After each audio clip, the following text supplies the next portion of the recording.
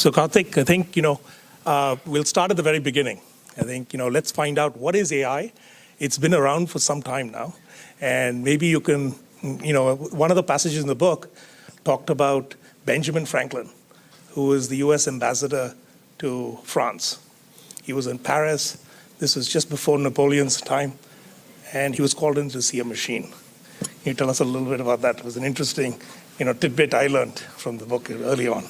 Yeah, sure. That's a good place to begin. Before I do that, first of all, I want to thank BIC for being such a gracious and generous host. It's such a great setting. Yep. I want to thank you all for being here. One of the things that you go through as a writer, author, is you sit and spend so much time writing and you wonder, is anyone going to actually read this? And is anyone actually going to hear what I have to say? And to actually have people, I'm sure you'll read it as well, but first to hear what I have to say, thank you very much for joining.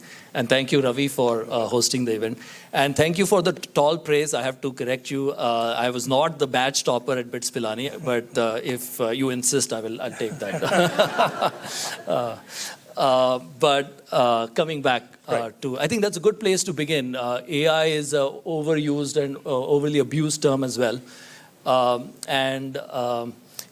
I guess one way to think about artificial intelligence, AI, is it's about the tools and techniques to get computers to do the kinds of things that require human intelligence. So things like understanding language, being able to navigate the visual world, that is recognize people's faces, being able to navigate the physical world, pick up objects, manipulate objects, learn, reason, all those kinds of things. The idea has been around for a while. In fact, you mentioned Ben Franklin, and Ben Franklin, he was there in the 1780s. So we're talking about, the idea has been, it's in fact, predates what we think of as AI. But mostly it was an idea. In fact, the interesting tidbit there is, and the reason Benjamin Franklin enters the story, is that in the 1780s, there was this guy in France, Wolfgang Kempelen, who claimed that he built a chess-playing robot in 1780. And he then took it to various fairs in France and demonstrated it in action. And people would play chess, and this robot would actually, come up with, the moves that it would suggest that has to be played in response. And it worked very well. He invited Benjamin Franklin, who was at that point an ambassador of US to France, to come and play with the robot. And Benjamin Franklin actually said, this man Wolfgang is a genius. This device is so amazing. It turns out, of course, that it is the Jugaad AI. What was happening was inside the robot, a human being was sitting, who would see the move that was played and would kind of write down what has to be played and slip that paper. And whenever he would go to these fairs, he would bring these very good amateur chess players. But yeah, that's kind of, anyway, long answer to your question about Franklin and AI. Absolutely. So, and then, kind of rolling forward to the 1960s, 50s, Alan Turing, the whole concept of kind of when will machines be able to think? Yeah. And will machines outthink humans, right? Yeah. He poses that question. And I think that's when, in that phase, the real term AI is coined, right? In a very small group of at a conference. Maybe you can talk about that too. Right. I think I want to walk through the history. Progression a little bit before we jump into it. In fact, Alan Turing in the early 1950s is the true origin of AI, right? So the Mechanical Turk, which was the chess-playing robot from 1780s, was fake. So Alan Turing wrote a paper in the early 1950s. The title of the paper was "Can Machines Think?" So that's where at least the first serious scientific attempt to ask this question, what is thinking, can machines do that, really came up. And he posed the question without providing any answers. And he suggested that one way to test whether a machine is really able to think is by having a machine converse with some person, but behind a wall. And the question is, can the person on the other side detect whether they're talking with a human being or with a machine? And if they cannot detect, then it passes what is known as, of course, the Turing test. The Imitation Game, there's a movie by that name, right? The Imitation Game, which is essentially this test that Alan Turing proposed. So that's how the field got started. And, there was a lot of excitement. It was initially a very small field. The first conference had 15, 20 people, but it, had a lot of interest, a lot of excitement. In fact, one of the professors with whom I took a class at Carnegie Mellon, Herb Simon, he even made the statement in the early 1960s that in 10 years' time, machines will be able to do anything humans can do. And he went on to win the Nobel. He was a genius. He went on to win the Nobel Prize in Economics. He won the Turing Award in Computer Science. Right. And he won the highest award in psychology as well. So, so for him to make that statement, it's no laughing matter. But of course, he was wrong. But yeah, that's how the field got started.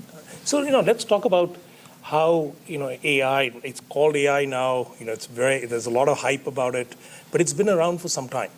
We've had statistical modeling of various kinds, you've had neural networks, you've had expert systems, you've now got machine learning, and now you've got deep learning, right? The whole progression.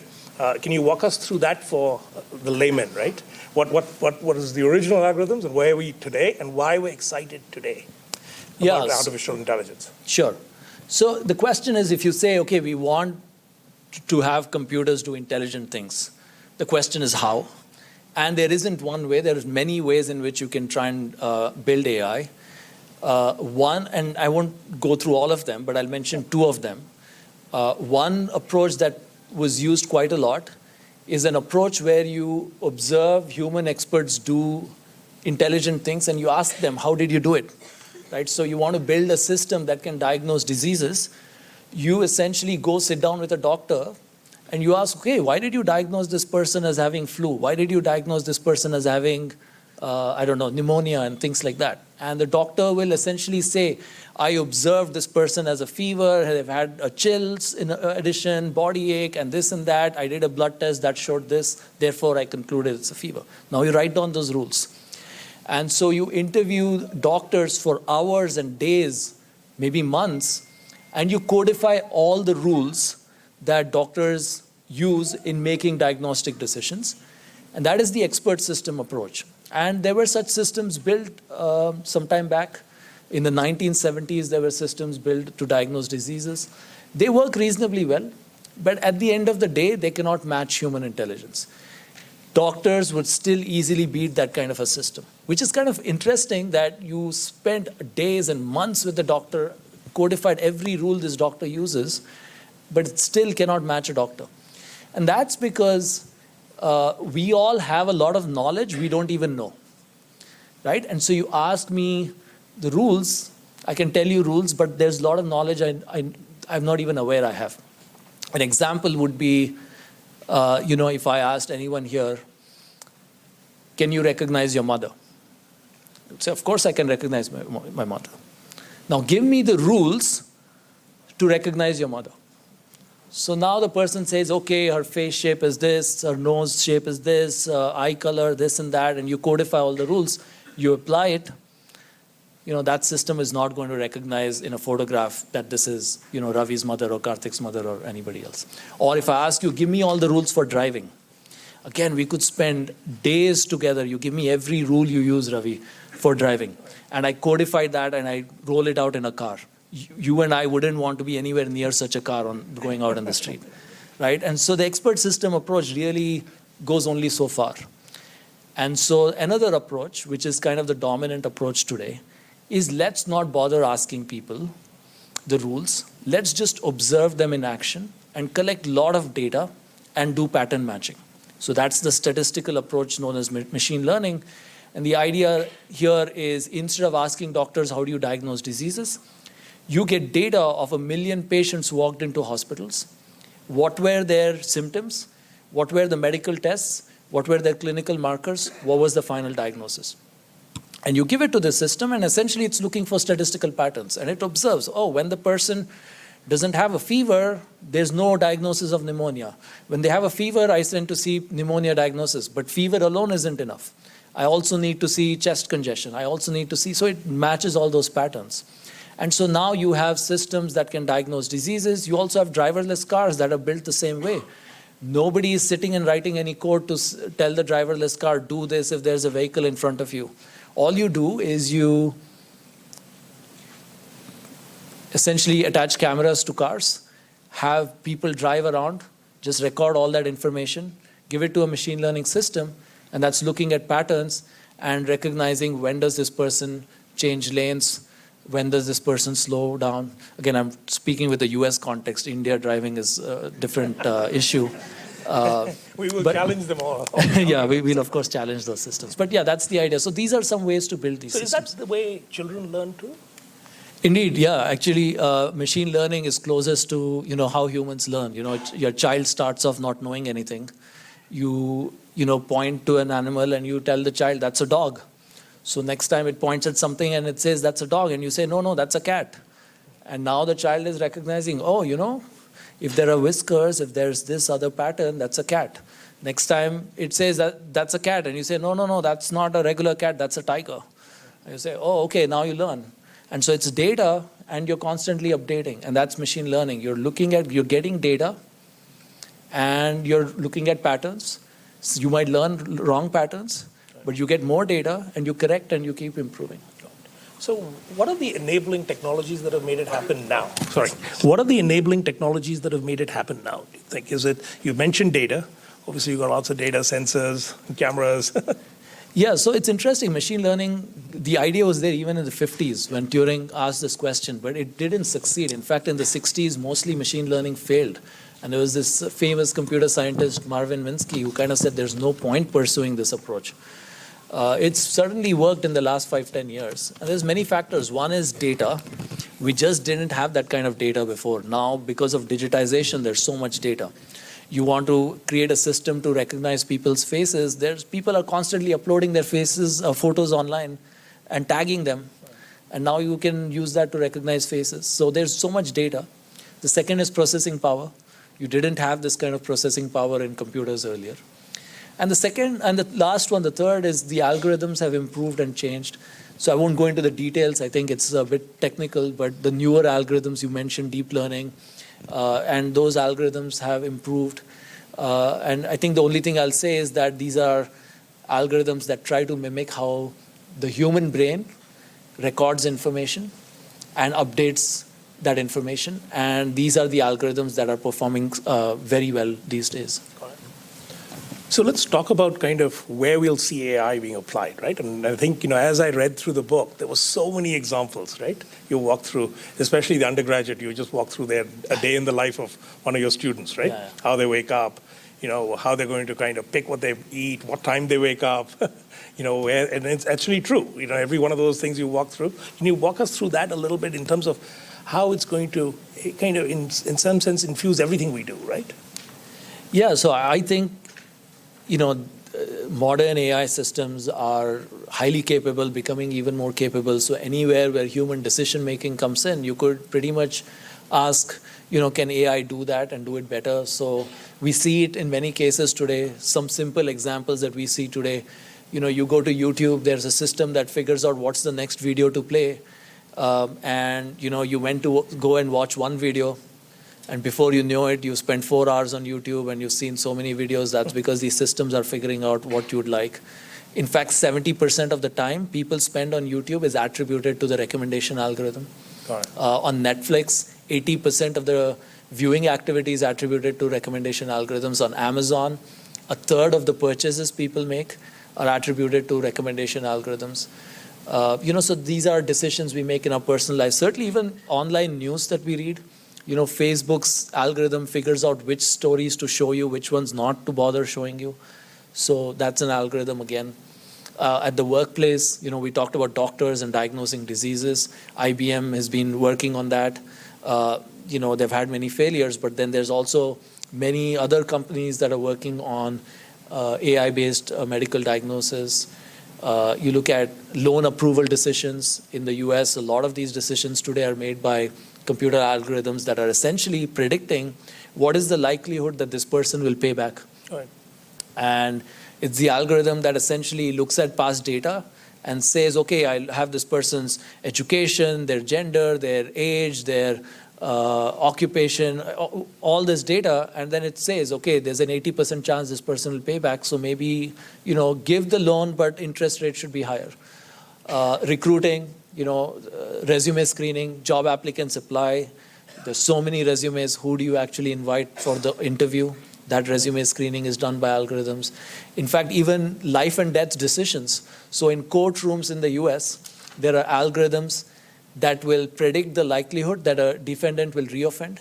And a judge will use that to determine sentencing decision. Does this person get 2 years, 5 years, 10 years, based on an algorithm saying there's a very high chance this person will reoffend? Again, doctors, that's life and death decisions. So it's all over. That's a good segue to what if the algorithm's wrong, right? What if it's biased? I think that's a big theme in your book, in terms of just the worries, right? That, you will have endemic use of machine learning and machine decision making, and it's biased, or it's counter to what we would do as a human being, let's say, right? Can you talk through some of those? I mean, every one of those cases has a flip side to it in your book. Yeah. Every one of these examples I've given, there are counter examples where we've seen it going wrong. So I mentioned algorithms used in courtrooms. There was a study from 2016 that showed that the algorithms that were actually used in courtrooms in Florida had a race bias, that it was more likely to falsely predict future criminality in African American defendants than white defendants. There was a news story late last year of Amazon using AI for resume screening, and later their own internal test showed that it had a gender bias, that it was more likely to reject female applicants. We've heard about Facebook using algorithms for, in fact, the trending news stories were previously curated by human beings, human editors. At some point, Facebook said, look, can't algorithms do it better? It's just data crunching, which stories are trending. So they replaced it with an algorithm. And it could do the number crunching well, but it couldn't detect fake news stories. So fake news stories got circulated a lot because of this. So these are just a few examples. If you could even talk about, there was a crash in the stock market in the US. It was called the flash crash in 2010, May 2010. $1 trillion of market value was wiped out in 34 minutes. And they had to shut down the market, stop all trading, reverse a lot of the transactions because it didn't make sense. They conducted an analysis. They finally found it was algorithmic trading that was causing this. And the algorithms were kind of feeding off of each other. One algorithm sees the other algorithm is selling. So this one starts selling, that one starts selling, and there's no logic because the algorithm is just kind of saying, okay, if everyone's selling, the price will go down, I better sell soon. So yeah, these are a few examples. Things can go wrong. In fact, there's a data center in Secaucus, New Jersey, which is just outside of Manhattan, where all the investment bankers are trying to get their computers closer and closer together because it's the speed of light that matters now, practically. That's right. And they actually bid for the slots so that their high-speed trading algorithms can trade against each other for exactly this reason. So tell us a little bit about where did this? So these biases are being captured because you're observing human beings and you're just looking at the same decisions. So in the end, is AI just going to give us better, faster decisions, not in the same decision making that we make as humans? So AI will definitely give us faster decisions. And in terms of, are they better, worse than human decisions? I mean, we could talk about where do these biases come from. It's not like a programmer is programming this bias in and saying, when it's a woman, reject her application. Well, that could be the insidious version of AI where it's injected a thing, but yeah, but in practical, the normal case. The normal case, it's because, as I mentioned, machine learning is all about learning from data. So the question is, what kind of data do you feed the system? So Amazon, for example, would have said, let's look at all job applicants who applied. Let's look at who got the actual job offer.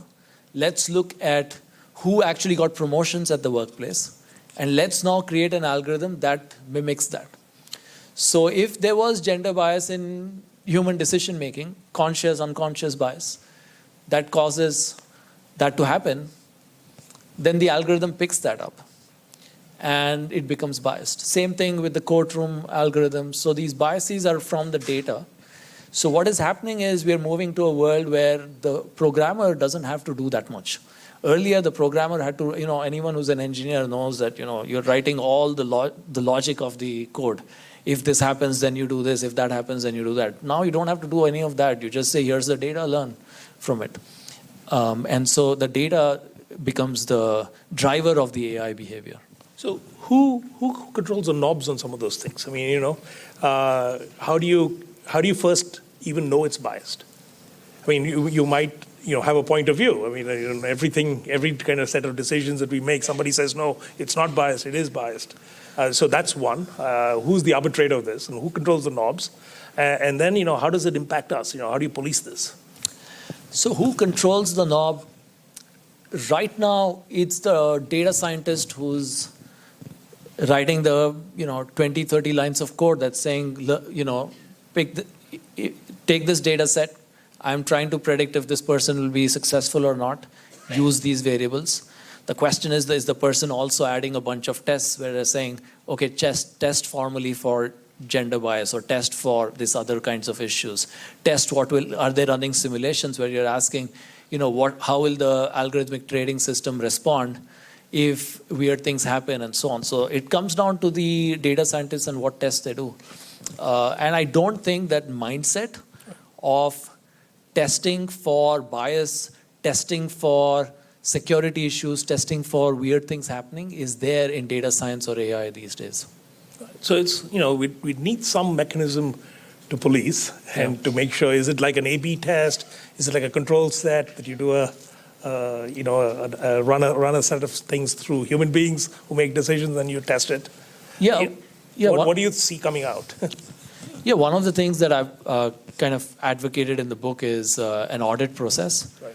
That companies that are deploying algorithms in socially important settings should have an audit process that goes through very formal checks. It goes through checks around even things like data privacy, security, fairness, a bunch of these kinds of tests. And those are going to be important when you're looking at deploying algorithms in socially important settings. One simple example I'll give you. You have a system, you give it data on people driving, and you say, okay, now learn from it. And you find this system can drive cars so well. So companies have actually built autonomous vehicles with zero programming logic from an engineer, right? It's completely learned from data, and it's driving perfectly fine. The problem is, this is actually a study somebody did, where they went to these stop signs, in these street intersections in the US, and they put a simple post-it note on the stop sign. And the car went there and it didn't detect the stop sign and it just drove past. Why did that happen? Because it's never seen in its data set a stop sign that looked like that. So that's all it takes for somebody who's malicious, who's trying to hack and trying to create traffic havoc to go do that, right? So you have to actually formally test for these. So I think it's all about, having a formal audit process, getting it certified, being more transparent about how these systems work. So now let's talk about how smart they can get, right? I think, we go to Vishwanath Anand in your book. He was playing chess against a computer program, I think 15 years ago, and he beat the program quite easily. And then 10 years later, he comes back and he says, this thing is magic, right? It's better than I can think. Yeah. And, here he is the world champion, and he is impressed by the machine that's playing him, right? Where do you see that headed? It's like, how smart can they get? And would we need humans to think anymore at that point? Yeah, so I think most of AI today is what we would call weak AI, right, or artificial narrow intelligence, which is it can be very good at one task if you give it enough data. So you have a system for diagnosing diseases, you give it good data, it'll diagnose diseases, but it cannot play chess. You have a system to play chess, you give it a lot of data on chess, it can play chess well, but it cannot talk to you. You have a system that's created to talk to you, but it can't do other things. So this is all weak AI. But where there's a lot of interest is in building what's called strong AI, which is the ability to learn truly like human beings, which is just keep getting exposed to more data and just keep learning. So once you have strong AI, then we may as well give up and just watch TV, right? The question is, when will that happen? What is interesting is that there's this author, Nick Bostrom, who wrote this book on superintelligence. This is called superintelligence because if you have a system that's as good as humans at learning, it will beat humans in no time because it has more processing power than us. So if you want to cure cancer, don't bother trying, because if the system is more intelligent than you, if there is a cure for cancer, it's going to find it. If you want to invent something, don't bother. If there is a way to invent that, it will come up with it. The question is, when will we get there? And so Nick Bostrom ran a survey where he asked some of the leading machine learning researchers, how many years to super intelligence? I'm kind of curious. Maybe you guys want to take 5 seconds and put in your guess, how many years that is. Just take 5 seconds to think of that. Now I'll tell you what he found. So he interviewed lots of people, and the range was from 25 to 75 years. So I don't believe it's 25 years. Even if you take 75 years, that's not a lot of time. So, these things it's exponential change. So it's changing so rapidly. Now, can I guarantee that in 75 years we will have super intelligence? I cannot guarantee. I'm not going to have that wager with you. But, some of the more conservative computer scientists are saying 75, 80 years. So we're not that far off. Yeah, and, there's the whole concept of singularity as well, right? Exactly. So where, for instance, Masa-san believes that at some point, this is the founder of SoftBank, you'll have enough compute to match the neurons in our brain. And at that time, along with the algorithms, you hit that point of singularity or whatever. I'm summarizing here. And so both come together, the algorithms and the hardware too, to support it, right? Yeah, exactly. And the question is, when does that happen? And once that happens, what is the role for humans? There's a lot of philosophical questions. This gets into the future right? work. And the future of work, of course, is more immediate. Right. But there's even more philosophical questions of, what are you supposed to do if you have systems that are that good? So a lot of things will be reimagined. Certainly, what is work will be reimagined. What is life will be reimagined. So Kartik, let's talk a little bit about yourself now. Okay. I think, we'll come back to AI in a little bit. And, tell us about your early years, right? Where did you grow up and how did you end up at BITS, and then from there on? Okay, where did I grow up and how did I get to BITS? So I grew up first several years in Delhi. Actually, my passport says I was born in Delhi, but I wasn't. That's a separate long story, but I don't want to get into criminal cases against myself by publicly disclosing that. But yes, I grew up first few years in Delhi, but then I moved to Bangalore when I was 8 or 9 years old, fourth standard. That's when I moved here. So I consider myself a Bangalorean, not a Delhiite. And I was here, studied here till 12th, and then I went to BITS Pilani right after for college. Right. You almost flunked class 4, right? You saw that video. I was watching a video. You confessed to that. Yes, I did once confess to that. So, yes, I did nearly flunk 4th standard. Not quite. There is a story here. So I moved from Delhi to Bangalore. Actually, I have some of my classmates here. I don't know where they're sitting. Oh, there. Yeah, some of them are there. And you have family here as well. I have family here as well. So I moved here in 4th standard, and I moved from the school in Delhi to our school, which is a great school, National Public School in Rajajinagar, then called NES, but academically very intense. And so I came in there and just overwhelmed. I call those few years my Tare Zameen Par years. So if you remember Tare Zameen Par, that guy Ishan, he's almost flunked in school. He bunks school, roams around. He forges his dad's signature. I've done all those things during those years. So it was, the adjustment was difficult. But then, fourth, fifth, maybe a couple years were tough. But then, things. Then you start taking off. Yeah. Now, you end up at Carnegie Mellon. And you did your PhD there in kind of express time. So tell us about that experience. What foundation it set for you? Yeah, so CMU, I did soon after BITS, I went immediately to CMU. I did it relatively fast, but not like. You're being modest here. Come on, you did it in 4 years flat. Okay. Yeah, so the average duration at that point in our program was 6.5 years. I did it in 4 years, but mostly because I wasn't that keen on being an academic at that point. I wanted to do an MBA, I wrote to a bunch of schools saying I want to do an MBA, tech-focused MBA, and I can't pay for my MBA, so will a professor pay for it if I do research assistantship? And a professor then said, I'll pay for your PhD if you do a PhD. So I said, fine, I'll do a PhD, and I came in. But my goal at that point was to go to the industry, and so I was trying to get out fast. So that's why I was very tunnel vision focused on, just finish and get out of here.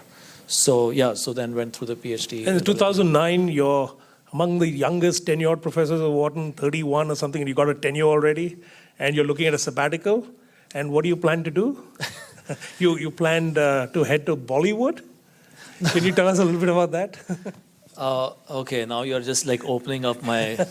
No, but it's a great story. You should. So, yeah, so I joined Wharton 2003. I got tenure relatively fast there. Tenure, for those of you who don't know, universities in the US have a up-or-out system where there's a tenure evaluation. Tenure rates are not high, but if you get tenure, it's a permanent job. They cannot fire you unless you do illegal things. And so it's a great position to be in. So I went through that process fast. And because I did my PhD fast, and also because I went to do a PhD early, I managed to get tenure early. And at that point, when I got tenure, I felt like I'd rushed through a lot of stuff, right? Rushed through a PhD, rushed through the tenure process. And I felt like it was time for me to slow down and also come back to some other interests I had and so on. And, when I was in school, I had two interests. Or in general, I felt like I enjoyed writing and storytelling, and I also enjoyed math. And, no offense to writers, of course, now I'm a writer, but, when in the late 80s, early 90s in India, if you say I can do writing, I can do math, everyone will tell you focus on maths because you have to either become an engineer or a doctor. There's only two options. So I had sort of suppressed my creative interests and then focused on the more technical interests. So I felt like I wanted to go to my creative interests. So I enjoyed writing creative things, so I decided to write a movie screenplay. And I wrote, among all things, a political thriller. And during my sabbatical, I made a bunch of trips to Mumbai, trying to convince. I met all these guys, Karan Johar and a bunch of these people. Wow, you got to meet all the top guys. I met all the top guys. One thing, but this Wharton does open a lot of doors. So yes, I got a lot of meetings, and I in fact got I remember one offer as well, but it was not the offer I wanted. But that person said, okay, we'll make the movie, but I can't have you direct it. Okay. So I said, come on, the whole idea is I want to direct this. So he said, no offense to you, but maybe you will be fine. But I can't go to Salman Khan and say, Kartik Hosanagar is going to direct this. He was going to say, Kartik who? So he said he wouldn't take it. So I said, fine, I wouldn't give it either. So I still have that script if there are any movie producers. So if any movie producers. Yeah. And now I will not insist that I have to direct it. No, so let's get back to AI a bit. Yeah, and I just wanted to kind of go through. You went through the stock crash. Autonomous cars are very hot. Yeah. And so maybe you can talk a little bit about that and where that's headed, because transport is a big problem everywhere, right? Right. And I met with the Uber CTO, yeah. and he, that's at one level mobility AI being put in place. For instance, he said he will know this event is ending at 8:00 in his algorithms. And that, we're going to have a bunch of people look for Ubers at that moment. And they'll all start to kind of, provide supply in this cluster, right? Yeah. That was his kind of nirvana state, that he will have the car at the right spot when the person presses the button. And he will literally want to detect as people are starting to press the button. He knows he dropped them off here. That's one level. Yeah. Then you've got the Tesla example, right? Yeah. Where that's headed. Maybe you can just talk about transport, then we get back to health and a couple other areas, Okay. Yeah, so AI, again, can affect transport in so many different ways, as you just mentioned. The obvious stuff, which is already starting to happen, is using AI to make more intelligent routing decisions, yeah. Right? So as you mentioned, figure out traffic patterns, predict where are cars going to be needed in advance, and redirect drivers, give them incentives, right? And they all do this. If you pick up from this neighborhood, Right. there's a 25% bonus or something like that. But if that neighborhood, there's no bonus. So the drivers will actually go there and wait for pickups. They're shaping supply. Yeah, they're shaping all that demand, supply, all of that. So they do that pricing as well. Right? Pricing, all the dynamic pricing to figure out how do we balance supply and demand. So all of that, there's a lot of role for intelligent algorithms. Then the driving itself. I think that's where it gets really interesting. If you look at accidents today, 90% of accidents are maybe more are because of human error, and a lot of it is avoidable. And algorithms and AI can come in and take over, and help reduce accidents, help free up so much time. I forget the stat, but but everyone here, especially in Bangalore, can appreciate how much of our time is lost driving. And to have that time back is going to be, an immense value add. And so having driverless cars would be huge in that sense. Right. So, I was talking to some Tesla folks, and they said actually the problem, why autonomous cars is hard is because it's a hybrid environment. Because there are humans also on the road. Yeah. If there were no humans, if it was all autonomous, actually the algorithm would be very simple. It'll be like your metro's tram going up and down, right? Yeah. And you wouldn't even need a driver for it practically. Yeah. The problem is you're injecting humans in the equation, and we now got to get both systems working together, legacy and the forward thinking. That's right. I mean, I think if you had all the vehicles be autonomous vehicles, dramatically better, easier environment, they communicate with each other as well. And so you can have, a vehicle message all the vehicles nearby in advance that I'm going to be changing lanes. So there's no element of surprise as well. So everything is that coordinated. But of course, the challenge is there's humans, and humans create two kinds of problems. One is, of course, this idea that the other person is doing things that are unpredictable. But the other is humans also will mess around. Like I talked about a post-it note to try and fool the car. So you have people trying to trip these systems.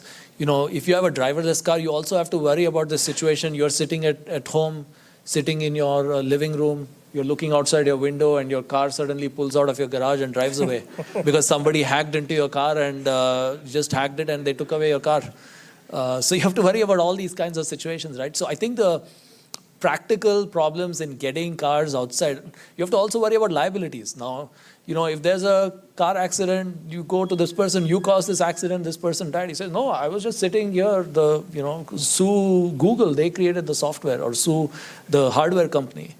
So there's liability, insurance, security, then human coordination. There was actually this really interesting example where the problem with some of these AI systems is they follow rules, right, which messes up when there are human drivers. Right. Because, like in the US and freeways, everyone drives 5 to 10 miles over the speed limit. And so the driverless car is driving at the speed limit, and that's, causing honking, and people are like, why is this person driving so slow? Or it stops at the stop sign exactly as it's supposed to, but people don't expect it to stop that long. So all those kinds of So we'll issues. have to train our cars here in India to do different things, right? Yeah, India is a different intersection, thing. do things. I think honestly, like a city like Bangalore could benefit from a leapfrog in this technology, right? Just go completely autonomous. Yeah, I think it's huge. And you wouldn't need parking. You wouldn't need so many things. Yeah, you don't have to worry about parking situations. You don't have to maybe even own cars, right? Your car comes, drops you, then goes, serves somebody else. You can always count on a car coming and taking you wherever you want. You don't have to own cars, or certainly every member in the family doesn't need to have a car. Parking situations addressed. Lots of things would be addressed. And again, India looks like an exponentially harder problem than, say, driving in the US. But at the same time, I remember when Google Maps was trying to do maps in India, my initial reaction was good luck with that. India is not the US, but it does work here. The first time I saw it working, I was just amazed. How could they make it work in India? And, I think same thing. I think it'll work here eventually. So let's talk about health. How soon will it be before we just walk into a hospital where you're really tended to by a machine, or a doctor? You don't even see a real doctor, right? You might have a nurse or somebody there, and or a doctor's aide, and everything is a machine, that's diagnosing you. I don't think that vision will be realized, and it's not because of technical issues. I think because caregiving is an environment where human emotions matter, and having a doctor, especially when you're unwell, say seriously unwell, maybe you'll get a great diagnosis through the AI system, but talking to a person and getting empathy is so important. But in terms of can it transform healthcare? Absolutely. I think, there are examples. I mentioned in 1970s they were building AI to diagnose diseases, couldn't match doctors. Today, there are systems in Mount Sinai. There was a study. They took patient data on 700,000 patients, and then they said, can it actually predict when a patient walks in, what is the actual problem here? And it was beating a lot of doctors. It could even diagnose very complicated and hard to diagnose diseases like schizophrenia. And it could do that. And so I think it'll get really good at aiding doctors, assisting doctors, maybe even taking over the easier cases where you don't need to see a doctor, right? So for example, simple problems, it's bothering you, maybe you can just call in and speak to an AI system that will essentially diagnose and say, okay, you better come into the doctor's office, or, here's what I think it is, and here's what you need to do. All right. So you're starting to see, let's say, just walk through life, right? I mean, so you've got, or obviously transport, you've got health, how about education? Where do you see that, applying there in a big way, AI? Do you think you can replace teachers? I'm just asking, because I see, for instance, we already see so many folks going online to get educated, and, Khan Academy and so many other things that are just taking off. At some point, even the smartest kids will just go online and learn whatever they need. Yeah, so I think the jobs that are protected from AI are the ones where personal touch, individual interaction is relevant, or creativity is important. So I mentioned with doctors that personal touch is useful. I think education is somewhere in between, where, again, if you're talking about content being available, can you consume content? It's there today. For anything you want, there is content. But if you have a specific question that you have to address, here's a concept. Let's say I taught in class, and a student of mine has a question related to that concept, but for his or her own startup venture. And that requires personalized engagement, attention. So I think that those are the things that will be protected a little more. But just in terms of content delivery, I don't think that's where the value is in education anymore. And I think the role of the professor has to change. A teacher has to change. It cannot be just coming and just delivering the information. It's got to be something else. Got it. Should we open up to questions if there are mics around? Just so, please just raise your hand, and if I can see through the lights, we've got a question here. We'll get you a mic.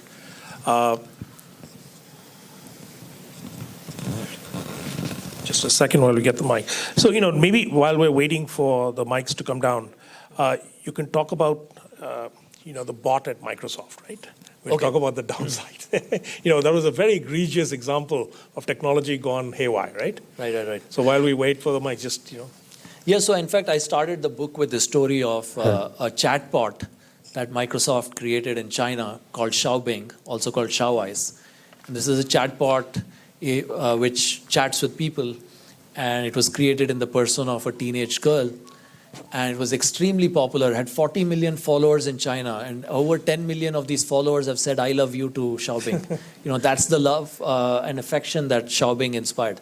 So fueled by the success of Xiaobing, Microsoft said, let's launch a similar chatbot in the US. So they created a chatbot in the US that they launched in 2016. And within a few hours of launching that chatbot turned very racist, sexist, fascist, said all kinds of abuses to people, and things like Hitler was right, and abusing people and so on. And Microsoft shut it down within 24 hours of launch. And MIT's technology review later that year ranked Microsoft as the worst tech of 2016. It kind of begs this question, how is it that the same company using the same kind of system has such different outcomes? And, it comes down to, again, these checks and balances that we are talking about. It comes down to the training data. Twitter, for those of you who have Twitter accounts, Twitter is not where you teach anyone how to converse. And so it learned how to chat with people using Twitter data. And people are intentionally trying to trip it and abusing it. And it's learning from that, okay, this is how I should talk on Twitter. So it's abusing in response. So all those things happen. So you can game all this really deeply, right, in some sense. And it's a scary world, because the Indian courts are full of cases already, backlogged massively. Imagine a judge trying to decide whether this algorithm is biased or not. Who's going to be the arbitrator of all this? Especially, you're not going to read source code. You're not going to be able to run tests. Yeah, I think the world's going to change. Government representatives, judges, all these people will need to be getting involved in getting more tech savvy, getting more AI savvy. I actually feel that it should be part of basic curriculum in schools, like just simple data literacy. Right. Should be in, middle school even, start there, and part of high school. I did so many years of calculus in school, but, calculus is great, but, how many of us actually use calculus? But, statistics wasn't taught much, and that's something today everyone needs. So we should have way more statistics. Again, nothing against calculus, but way more statistics than calculus. Yeah, I think we'll come back to the data question as well, because that's what feeds a lot of these algorithms, right? Questions, please? Yeah, there are a lot of questions. Go ahead. Whoever has the mic. Please go ahead. Anil Seth, who's a neuroscientist at University of Sussex, argues that in comparing machines and humans, we define it too narrowly in terms of intelligence, and we should also be talking about consciousness. And he argues we're nowhere near an artificial consciousness and probably never will be, because that's tied to us being breathing, sensory, embodied beings. So drawing from that, it seems we should be thinking about what's important to us, which just requires intelligence, and what is important that requires intelligence and consciousness. And the audit systems you talk about probably fall into the latter category. But one doesn't hear of much discussion along those lines. Is there discussion along those lines? Yeah, that's a great question. There is a lot of discussion along those lines, but again, not consciousness broadly defined, but the aspects of it that are relevant to things like empathy, ethics, and so on. So there is a lot of interest in what is called ethical AI. And so far, a lot of discussion has been around, rules or kind of norms that the system wouldn't violate. But now the question has become, how do we learn ethics? How do we learn norms? We learn it over time. So if it can learn intelligent tasks, can it learn ethical behavior as well? Can it learn these things? So we're not yet talking about true conscious. I don't know if we'll get there. But I think we are certainly getting into elements that a lot of people felt like, okay, you can't teach AI ethical behavior and so on. And people are already starting to try and do that. Will they succeed? When will they succeed? We don't know. But the approaches seem fair and logical and so on. Interestingly, a lot of science comes from science fiction. A lot of what we see today, science fiction writers wrote about. So now science fiction writers are also talking about AI that has conscience and so on. Again, what does it take to build that? I don't know. Will we get there? I don't know. But people are talking about that. Engineers get inspired by reading science fiction books. So maybe they'll start thinking about that too. And I think the challenge is going to be just judgment, right? Judgment has such a spectrum, right? What is right, what is wrong? It's not so binary all the time. There are shades of gray there. There are shades of gray. One interesting thing about the shades of gray, there's a problem, very famous problem in the driverless car world, trolley problem. Yep. You're driving, accident situation, who gets saved? There's a mother with a baby. Let's say there's an older gentleman on that side. There's the driver. One of them has to die. What decision should the algorithm make? And that comes to judgment and lots of things like that. There was a study done at MIT where they asked people, what should people do? And of course, the answers vary. Right. But surprisingly, for every one of these scenarios they created, 70 to 80% of people agreed on one answer.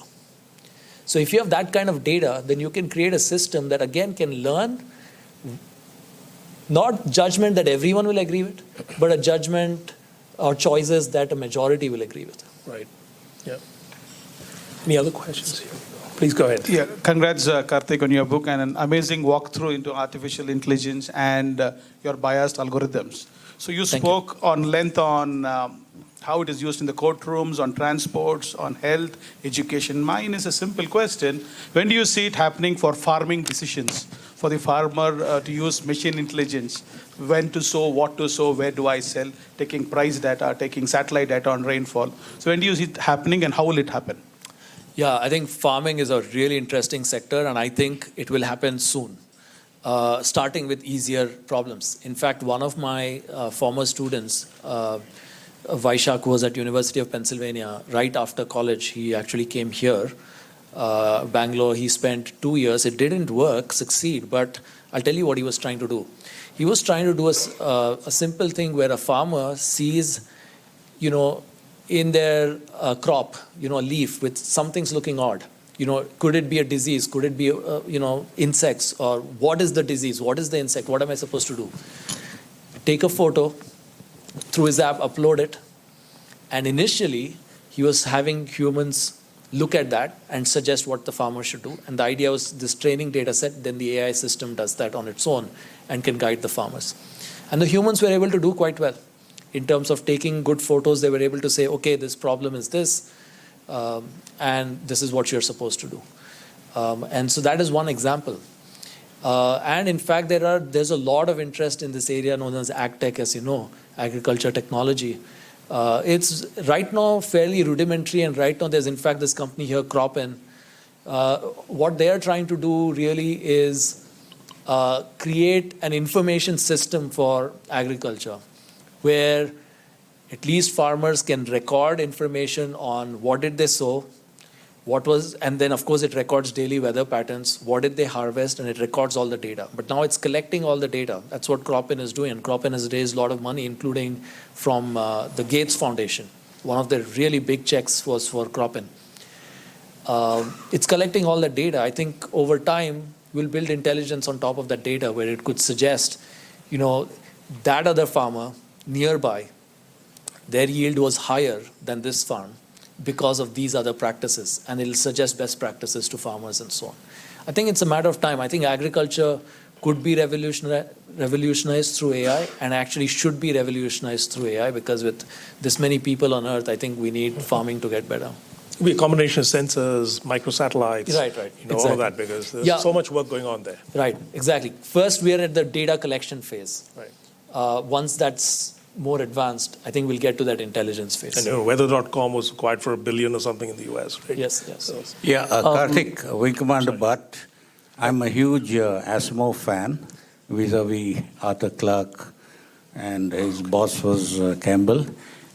Now, the point is that, look, the brilliance of Asimov, where he brought in his 3 laws of robotics, which have been, which are being used.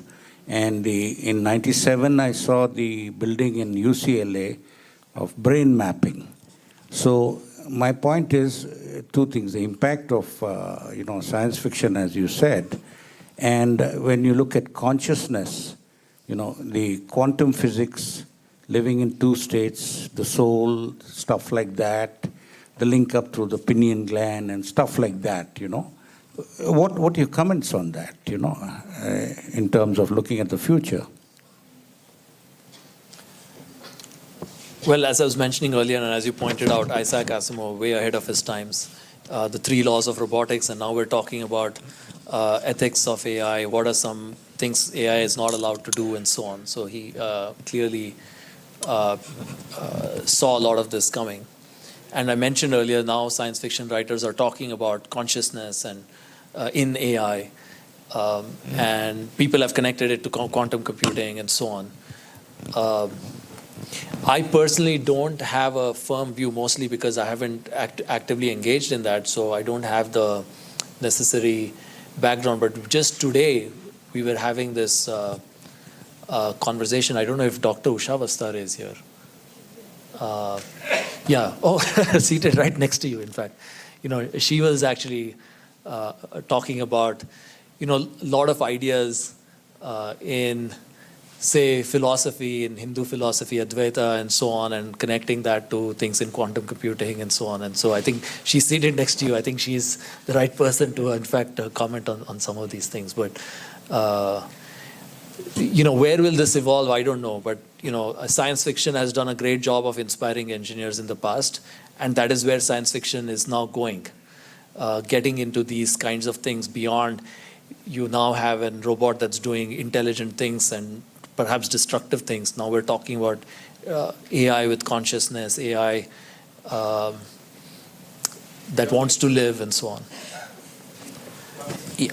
So my question has two parts to it. The first is about privacy.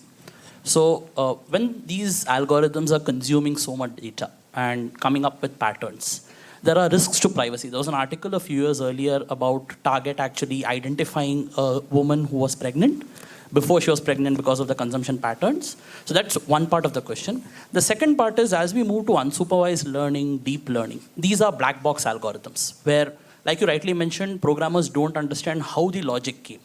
So who takes responsibility for it at some level? If a decision is taken, and as you mentioned, you can have an audit process, but at the end of the day, it's still a computer coming up with some form of taking the decision. Who has responsibility and how is that taken up? Okay, so two questions. One was on privacy. And as long as we're talking about AI in the consumer kind of setting, the data often is consumer data. So the privacy implications come in almost naturally. We didn't talk about Aadhaar much today. We should get there. But if you talk about AI and how AI could be relevant in India, Aadhaar is a really interesting context where today it's mostly information system gathering more information, but you could build all kinds of intelligence on top of it. There are fintech companies that are trying to do, can we do loan approvals based on Aadhaar data? And so on. And so there's so much data being captured. So privacy issues come in, and I think we will need very clear mandates and frameworks in terms of who owns the data, how can you share it, with whom, all kinds of controls. And there are many ways to approach that problem. One interesting way, which is the most aggressive way so far, is EU, which has a privacy initiative called GDPR, which has lots of rules in there on what companies can do with the data. They have to reveal the data to the consumer. The consumer has right to delete it. All those kinds of things. And similar things are coming, including in India, there are discussions. So similar things are coming in different places. So I think privacy is going to be invariably connected to AI because AI is data hungry. It thrives on data. And so with Aadhaar, again, I think we're going to see this tension between having built this great information system on which you can build lots of amazing intelligence to do all kinds of things, like financial inclusiveness, loan approvals, even tax compliance, tax fraud detection, lots of things you can do, but simultaneously lots of these privacy issues. So there'll have to be rules on what are firms, companies allowed to do, what are governments allowed to do. Your second question was on this black box problem with modern machine learning systems. So for those of you who are not familiar with it, what has happened over time, that ringtone is timed actually, don't worry about it. It's just to let you all know I'm going to say a very important point. So pay attention. That's most gracious of you. So what has happened over time is some of the best performing machine learning systems today are often very much like black box systems. Deep learning system, neural nets, which we talked about. Even the programmer cannot explain why the decision was made. So if I ask, okay, why was this loan denied? All the programmer would say is, in my system, neuron 52 fired, which caused neuron 28 to fire, which caused neuron 29 to fire. Therefore, I rejected this loan. Now, that's a lawsuit waiting to happen. And so that's a huge problem. So there's many ways to address this. One is GDPR, the EU initiative, has a right to explanation in certain socially important settings like recruiting, loan approvals. So companies have said, okay, we're not going to use neural nets there. We're going to use simpler systems where we can explain. So that is one issue. The other is scientifically, there's a lot of effort going on to create explainable AI. So how do you explain the decisions of neural nets? I think we'll get there in a matter of time. You already have reasonable systems. In a matter of time, you'll be able to explain this. In fact, in the book, I have this passage about, a game between this. I think most of you or many of you would have seen the news stories on AlphaGo, right? Google created AlphaGo, which played Go against Lee Sedol, who was the Go world champion. Go is a game like chess, but much more complex. And what was interesting is in this passage, I talk about a move that a game going on between AlphaGo and Lee Sedol, and it's kind of even. And suddenly I mentioned this move happening. And when that move happened, the people who were watching that kind of said, this is not a human move. That a human cannot make this kind of move. Lee Sedol, who was the Go champion at that time, stepped out of the room, took a 15-minute break to figure out what is the response. Because it was just a move no human would make. Oh, you want me to read it? Yeah, it's a book. Where is this? Right there, right? Oh, yeah, right here. Oh, good. You got the page. Okay, so I'll read this passage. I did read the book. Thank you. So Sedol was playing more carefully, even though AlphaGo had gained a slight edge. Then move 37 happened. AlphaGo playing black made an unusual move on the center right of the board. I thought it was a mistake, said one commentator within seconds of the play. Sedol stepped out of the room briefly and took nearly 15 minutes to respond. Fan Hui, a European Go champion who had previously lost to AlphaGo, remarked, "It's not a human move. I've never seen a human play this move." He later described it as so beautiful. AlphaGo went on to win this game. And actually, later in this chapter, I talk about how we're moving to a new kind of algorithm known as reinforcement learning algorithms, where the AI system generates its own data. It's not even based on data generated by human beings. So it plays games against itself and figures out how to win. And so it comes up with moves no human being has made. And so with regard to unpredictability, I think it goes up to another level as you go to these modern algorithms that will behave in ways. So far, when we talk about AI gone wrong, we're talking about AI replicating bad human behavior, right? But now we'll be talking about AI doing stuff we've not seen humans do because it's running these new ways to do things. Yeah. You've got a mic. Hi, I've got a question. We've got one mic down here as well. Yeah. Hi, my name's Karan. I'm building something in the design plus AI space. So I just wanted to know your opinion on how is AI presently and in time to come going to impact the creative industries? So design, art, music. There's a lot of work that's already been happening in that space. But what's your opinion? How will that impact jobs, etc.? Yeah, so I think the creative space is interesting. I think for things that are well-defined technical jobs, we've already seen AI doesn't take long time to do. Creative stuff, it'll take longer. But we've already started to see AI do some very creative things. There was one study where they said, here are a bunch of Rembrandt paintings. Now draw your own Rembrandt. And the AI system drew something, and experts who are like aficionados of painting from that era kind of said, this does look like a Rembrandt. There was IBM made a trailer for a movie. That trailer you can actually, it was a trailer for a AI horror movie. So as part of promotion, they had an AI system create the trailer for the movie. And I saw that trailer, and it's actually a very hair-raising, trailer. It's a genuinely scary trailer that an AI system made. There was a company called Narrative Science in the US that actually was writing news stories and replacing journalists. And of course, it's in a very specific context. It was not in the most creative news stories. The idea was a game is over. You want immediately the article to show up on a website, right? Cricket, India is playing next Australia, right? Yeah. India plays Australia. The hardcore fans, they've seen the game, but they again want to read about it. So they go 1 minute later, but the article is not yet written. But what Narrative Science is doing is getting that article written in no time. And that system is already running. A lot of websites in the US are using this. So I think creative things also, it's catching up. I think up until now we said, okay, look, AI can't be truly creative because it's looking at data and it's replicating that. So it's looking at past trailers and it's going to make a trailer based on what trailers have worked. But the truly innovative stuff comes when somebody breaks rules and say, I'll make something that doesn't look like anything in the past. So I think that's where I think creativity at a very high level is something that's going to be hard for AI to do. Hard, not impossible, because I just mentioned reinforcement learning. It's not even based on data that humans have created. It's running experiments on its own as well.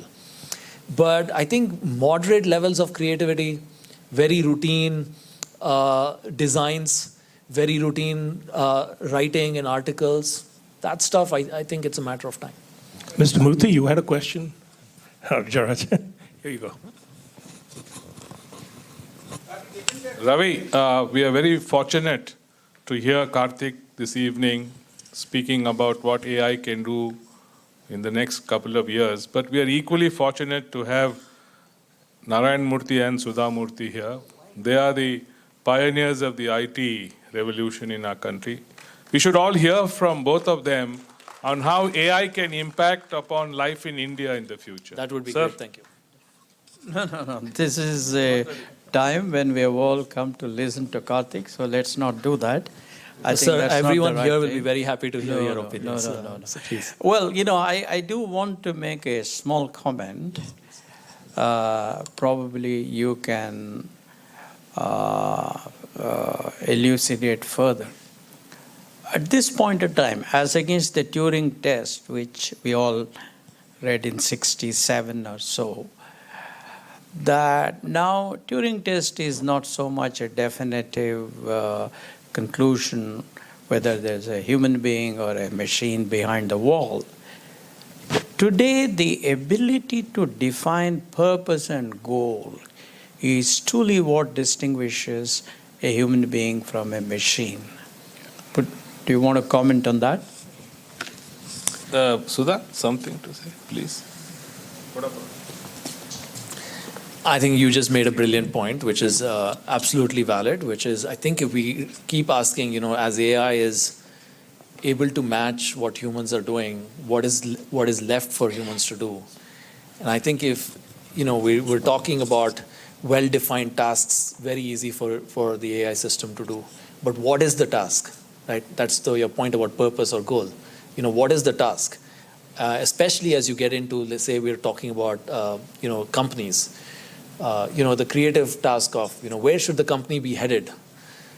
Those are very different kinds of problems. And the AI system, can't say, okay, the company should be headed here and so on. It can help inform that decision.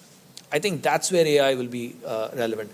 In fact, when a lot of people worry about AI and job loss, indeed that will happen. But I do believe that AI will actually play a huge augmentation role, which is, this question of purpose and goal.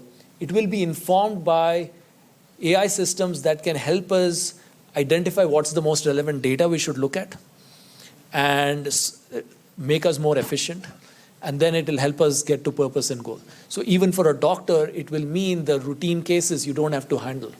But the more complicated cases, you now have not 10 minutes for it or 20 minutes for it, you have 2 hours to spend on it. You can even figure out how to actually solve those problems. So I think it will unleash a whole new era of human creativity as well. Because today, each of us thinks of our job, how much of our time is spent on truly creative tasks versus how much of it is routine stuff we have to do as part of the job. I would honestly love to spend all of my time on the more creative things, but I have to actually sit down with my TA and say, okay, if the answer is like this, he gets 1 point. If the answer is like that, the student gets 2 points. If the answer is like that, the student gets 3 points. And that takes up time. And I don't see it as hugely value adding. But if a system can help increase efficiency on those, I think it will also allow human creativity to get unleashed in important ways. So I think, some of our discussion might seem like, oh, AI, huge problem, we should be skeptical about AI. But I think I'm overall an optimist about AI. I think there's a lot of good things will come of it. And my point generally is AI is a bit like fire. And anyone running away from AI is like early man who first came across fire, running away from it. That would have been a huge mistake because a lot of human progress happened because of fire, but also a lot of problems happened because of fire. And we have learned over time how to deal with fire better. And we will learn over time how to deal with fire better. And the sooner we learn, the less likelihood that we will have, bad fires. Great. We'll just get. Yeah, I so, will let Ravi thank- decide. Yeah.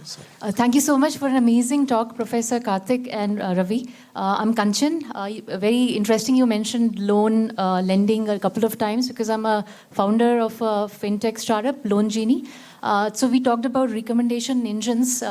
So what if, let's say the recommendation engine knows I'm a woman and interested in, let's say, jewelry or I don't know, Bollywood and things like that. But it doesn't also understand, the machine doesn't understand that I'm also interested in, let's say, politics, artificial intelligence for a change. And so what if it starts feeding me just, things about Bollywood or, makeup all the time? And I don't want to be reading all of that. So let's say now I'm not even conscious that the machine is feeding me all this. And then throughout my childhood, let's say I'm a boy, I'm just taught engineering, things or maths or physics, and a girl is taught all about, how pink is better. So can artificial intelligence sort of create this pattern in education, and how can we prevent that? Yeah, it's a well-documented problem which people have given different names to. Some call it filter bubble, some call it digital echo chambers. And the idea, mechanical monkeys you become. Sorry? Mechanical monkeys. Yeah, sometimes we become mechanical monkeys because what is happening is the system sees we like something, recommends more of that, and of course we respond to it and recommends more and so on. I've in fact done some research on recommendation systems, and I've shown in my work that they do in fact have these problems, at least the classical designs. But also our research shows that it is not very hard to break out of these echo chambers or filter bubbles. The question is someone actually testing for this? And therefore trying to fix it. A lot of it, and that's why I keep going back to audits, I think when we're building these systems, we need a process. For those of you who are in the software industry, you're used to this idea that when we program, there's the programmer who's creating it, but there's a QA process, a quality assurance process. There's a test engineer who does the test, a separate person who has a separate set of things that they're testing for, which the developer might not be thinking about. In data science, I think there's an audit process that's needed that's testing for lots of these kinds of things and looking at what could go wrong. And I think that's needed. But the problem is the real problem, well documented, it happens. On YouTube, we must have experienced it. We're all typecast on YouTube. We keep seeing the same things, right? So, but I think there's ways to break free from it. Great. We'll take one more question, and then I want to go to a closing section. Yeah. Hi. Please go ahead. I just had a question on is AI playing a role in terms of emerging crises? Sort of seeing things that are being projected, like for instance, the climate crisis, or in a particular country there's an energy issue, and sort of playing a role proactively. Is there a way, because we are playing with data, but we are also trying to project behavior. So is there an area like that that's working on this kind of stuff? Can AI save us from ourselves? So actually, if you look at modern machine learning, it's mostly what is called predictive analytics. It's about predicting something, and it's good at predictions. But it's usually good at predicting things that have happened often enough. So you have enough examples where it's happened and enough examples where it hasn't. And so therefore you can predict it. And so you can use it to do things like predicting weather much better than we did 20 years back, right? Because now we have so much data and these systems can work. Predicting crises, at least I don't know what kinds of crises you have in mind, but I think of most crises as being rare events. And rare events are harder for today's machine learning to predict because it's all data driven. So if it's happening so rarely, there's not enough data points for it to say, okay, these are the patterns that eventually cause this crisis, climate change. It's not like we have like 50 past examples of climate change that it can say, okay, this is the pattern that it detects that, or any other crisis, but again, certain kinds of crises that happen often enough, droughts, those kinds of things can be predicted. Very rare events are hard in general to predict. AI is good at saying that this looks different than other stuff. So rare events, it can identify when it's already there. So it can say this data looks different from something else. But can it predict, 10 years from now, that there'll be this big crisis, it's generally hard. Sorry, we've had that question. Yeah. Please. We'll talk offline. Okay. Yes, Yeah. last question. See, I had seen one movie where the lady wants to undergo cesarean section, so she will press the button and she will sleep there, and she will get this anesthesia. She presses the button and then anesthesia is given. Cesarean is done. That is a movie. Yeah. But in future, now robotics are there in the medical field, Yeah. but there will be a doctor behind that. Yeah. So in future, what do you think? Doctors will become technician, and this just like a MRI and a CT scan, they can just press button, cystoscopy like that, and then the patient will get operated. What happened? And then even you are telling emotional part, but nowadays these robots, they help psychiatrists also. Yeah. They soothe the patient. Yeah. So what's your opinion? Thank you for the provocative question. Yeah. So the first part, which is robots for surgeries, is that a reality? It already is, and it'll get better and better. And I think in those kinds of settings, surgery in particular is a setting where you could argue that robotic precision will be so much better than a human trying to do this. And so, over time, will we see robots doing more and more surgeries? I would think so. Certainly we have seen robotic precision being very good. Again, we are talking about, is it happening frequently enough? Can we have it do it a large number of times and get better over time? I do think so. Will doctors become technicians? That's a very interesting way to put it. I hope not. I think what it will hopefully allow the doctors to do is to, push the frontier in terms of saying, okay, these are things we won't even try. Now let me start exploring that or something like that. Your second one was equally interesting, but, I have such a bad short-term memory, I forget. Emotions. Oh, the psychiatrist, yes. Yeah, in fact, there's this startup in the US, it's a service called Wobot, and it's a chat psychiatrist. So the idea is you're feeling down, you're feeling, you need, a person needs mental health, you can chat with this system and it'll walk you through what you're going through and so on. And it is being used, and it has users, and it is being used. My brother's a psychiatrist, so I also hope it doesn't replace psychiatrists for that reason. But I also believe it won't. I think the way I look at it is that what it's doing is it is filling a critical gap in terms of supply of psychiatrists, where, if I need mental help right now, imagine a person who is going through a mental health challenge or is suicidal or something like that. That person, their ability to access the psychiatrist then and there is limited. But the ability to have something that they can, if they start to see that some mental pangs are coming in, the ability to access that is quite phenomenal. So I think it's a complementary service. Because for deep personal interaction where you really need that help, the person needs a psychiatrist. But I think for immediate help, or simple help, I think these kinds of systems will play an important role. And when you combine that with AR and VR and things like that, you see. Please go ahead. Please go ahead.